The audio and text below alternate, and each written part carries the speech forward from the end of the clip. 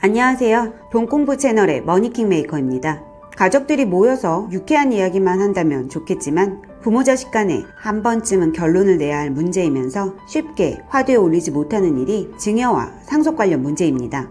고령화 사회로 접어들면서 증여와 상속의 문제가 좀 더 민감해졌는데요. 그 이유는 부모가 장수할수록 상속을 받는 자녀들의 나이가 많아지기 때문에 부모님이 90세까지 사신다고 가정하면 자녀들은 환갑이 넘은 후에야 유산을 상속받게 됩니다.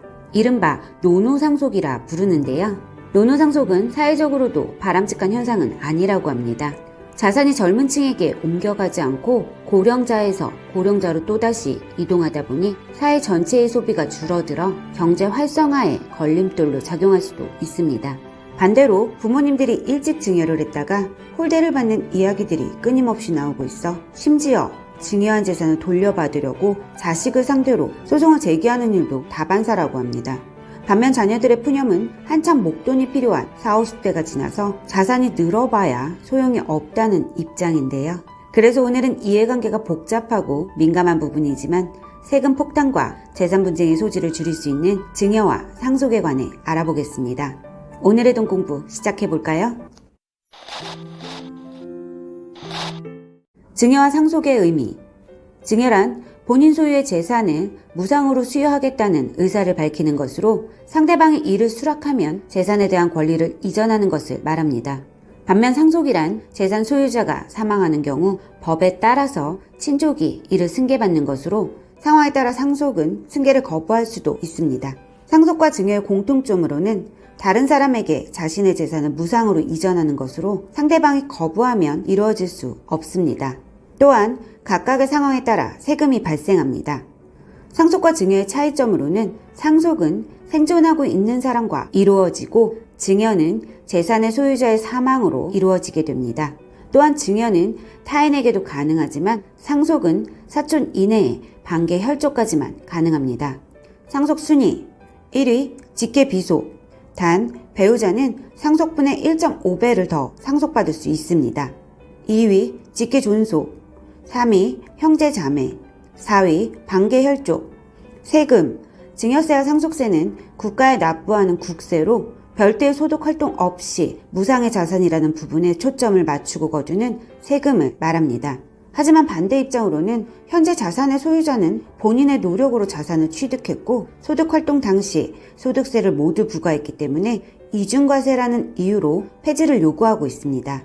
하지만 우리나라 법은 이를 무상으로 취득하는 사람은 결국 아무런 대가 없이 취득했다는 관점으로 보아 증여와 상속에는 세금을 부과하게 됩니다.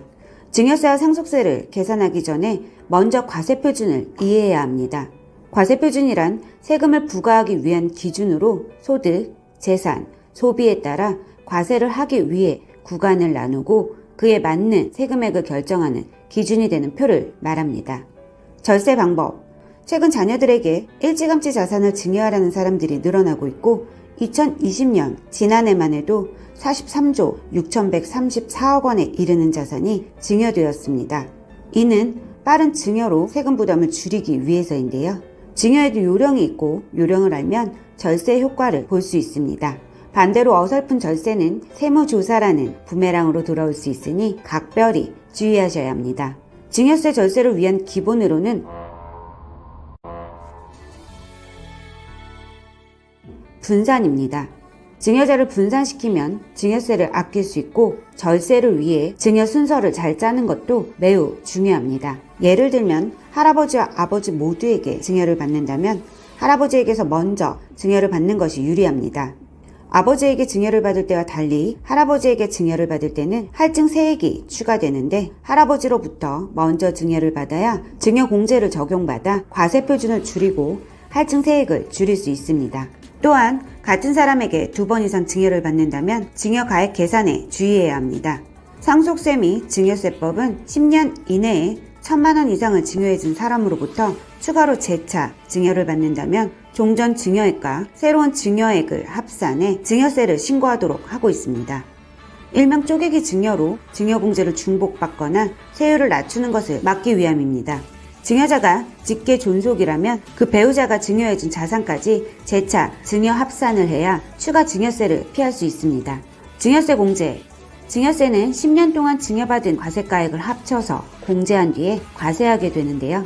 각각의 공제액은 보시는 표와 같이 상황에 따라 차이가 있습니다.